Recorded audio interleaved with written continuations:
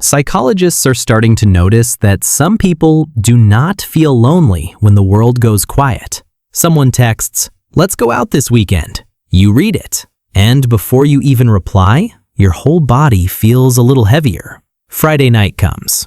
Other people are posting, calling, going out, and you are home, feeling two things at once, a little guilty and deeply relieved. You are not cold. You are not broken. What you may have been calling isolation might actually be protection. So when did being alone stop feeling empty and start feeling safer? What makes that moment so confusing is how quickly the feeling arrives. A plan quietly gets canceled, the phone stops buzzing, the conversation ends, and somewhere inside, your body loosens before your mind even explains why. Not in a dramatic way, just a small release, a little more air in the chest, a little less pressure in the head. You may have noticed something strange about that moment. Part of you knows you are supposed to feel disappointed. Other people talk about canceled plans like missed life, like missing out, like something valuable slipped away. But your reaction may be completely different. You feel clearer, calmer, less crowded. It is not always happiness. Sometimes it is simply relief, and that relief is rarely said out loud. Because from the outside, it can look wrong. It can look like distance, like disinterest, like something missing. But for some people, being alone does not feel like emptiness at all. It feels like pressure leaving the mind. It was not rejection. It was relief. And those are not the same thing. For many people, this pattern is not really about disliking others. That is just the easiest explanation people reach for. The deeper truth is that interaction often carries more internal activity than anyone else can see. Even when the conversation is pleasant, the mind may still be doing far more work than it appears. A message appears on the phone. You read it, you pause. You care about the person. You may even want to reply. But part of you wants a few more minutes of silence before opening that door. A small pause in conversation happens, and your mind keeps moving long after the moment is past. You leave a room, and only then realize how tense you had been inside it. That is why solitude can feel cleaner. Not exciting, not magical, just easier to regulate. No emotional traffic, no constant adjustment. No pressure to stay socially available when your internal energy is already thinning out. What looks like withdrawal from the outside may simply feel more natural from the inside because it asks less of your system.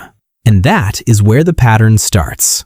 Not in hostility, in relief. The problem is that people usually interpret the behavior before they understand it. They see the slower reply, the early exit, the quiet presence, and they create a story around it. Cold, detached, arrogant, uninterested. Distance gets read as character instead of condition. But from the inside, something very different may be happening. Many people who like being alone are not emotionally empty at all. They often notice more than they say. They feel the room more than they show. They care deeply, but they cannot always remain open for long stretches without feeling mentally overextended. That creates a private tension. They may enjoy connection and still need space immediately after. They may love people and still feel pulled back toward silence. They may want closeness, but only in forms that do not leave them overstimulated, emotionally scattered, or quietly exhausted. You are not necessarily less caring. You may simply have less tolerance for social noise than people realize. And this is why the misunderstanding hurts. Not because people notice your distance, but because they give it the wrong meaning. What looked simple on the surface was not simple underneath. The heaviness is often not caused by the interaction itself, but by everything happening beneath it. A person may be smiling, listening, responding, and still carrying a second layer of invisible effort the entire time. They are adjusting tone so they do not seem rude. They are scanning faces to see whether something landed the wrong way. They are replaying a sentence while the conversation is still continuing. They are staying emotionally available even after their internal energy has already started stepping back. Over time, that turns ordinary connection into accumulated weight. Psychologists sometimes describe this through differences in stimulation thresholds. Researchers studying temperament and sensory sensitivity have noticed that some people process more social and emotional input than others. The same room that feels ordinary to one person can feel crowded to another. The same interaction that passes quickly through one mind can stay active in another for hours, like browser tabs that never fully close. That is why some people can leave an ordinary interaction feeling strangely tired. Nothing bad happened. No conflict, no drama, and yet the mind still feels full. Did that sound wrong? Did I say too much? Did I seem distant? Did they change their tone? And this is where things become more revealing. Wanting to be alone may not be a sign of rejection. It may be a form of regulation. Not an escape from people, but an escape from overload. The person stepping back may not be turning away from connection. They may be turning down internal noise. But here is where the pattern changes meaning. Sometimes solitude begins as restoration. Then life adds something else to it. A few too many one-sided relationships. A few too many hidden expectations. A few too many conversations where emotional effort quietly flows in one direction. Maybe it was the friend who only called when they needed something. The person who disappeared after receiving emotional support. The compliment that sounded warm but carried an expectation underneath it. The relationship where you kept explaining yourself while the other person kept taking your energy as if it were always available. After enough of that, being alone no longer feels peaceful for only one reason. It starts to feel safer, cleaner, more predictable. Not because people are always harmful, but because connection begins to carry uncertainty. You may not have explained it this way before, but the feeling was there. Part of the relief was not only freedom from noise, it was freedom from exposure. What looked like preference begins to show traces of protection. That is an important shift, because now the canceled plan means something deeper. The quiet room is not only helping you recharge, it is also removing the possibility of being pulled into another emotional arrangement you do not fully trust.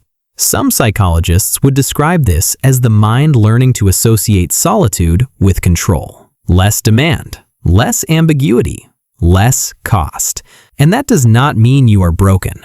It may mean your mind learned what certain forms of closeness require. There are a few psychological lenses that help make sense of this without flattening it into a label. One is introversion, though that word is often used too loosely. Introversion does not simply mean shy or antisocial. In many cases, it reflects the way a person gains and loses energy. Some people recover through stimulation.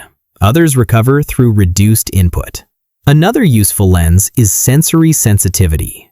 Psychologist Elaine Aron's work helped popularize the idea that some people process social and emotional information more deeply. They notice subtle shifts faster. They remain affected longer. A strange tone, a pause in conversation, a slight change in facial expression. These things do not always pass through lightly. They stay active in the system. Attachment patterns add another layer. Sometimes the mind learns that closeness can be meaningful, but also demanding, unstable, or emotionally expensive. So solitude starts to feel like the one place where attention is no longer being stretched outward in 10 directions at once. Sometimes it is temperament. Sometimes it is conditioning. Often it is both. From the outside, none of this is easy to see. People usually interpret behavior through their own emotional logic. If they experience silence as rejection, they assume your silence means the same thing. If they see quick replies as proof of care, your pause can feel personal. If they fear distance, your need for space can sound like resentment, but the behavior may be doing something completely different. The slower reply may be preserving mental clarity. The quiet may be protecting energy. The pause may be helping the nervous system stay steady. What looks like disconnection may actually be emotional management. That is why the misreading happens so often. One person sees withdrawal. The other is experiencing regulation. One person sees indifference. The other is trying not to become internally overloaded. And in that gap, A quiet person can spend years being described incorrectly by people who never feel what social life costs them. So when you return to the beginning, the canceled plan, the silent phone, the room finally emptying out, the whole moment changes. It no longer looks like a simple preference. It starts to look like a clue, a sign that being alone may be doing something deeper than people first assume. For some people, solitude is not disconnection from life. It is reconnection with themselves. It is the place where reaction stops multiplying, where emotional traffic slows down, where attention no longer has to keep splitting itself between performance, interpretation, and response. It is not always loneliness avoided. Sometimes it is fragmentation ending. That is what being alone really gives them. Not an escape from the world, but a return to internal coherence. What looked like withdrawal may actually be restoration. What looked like distance may actually be regulation. And what seemed from the outside like someone stepping away from life may simply be someone returning to the only space where their mind feels whole again.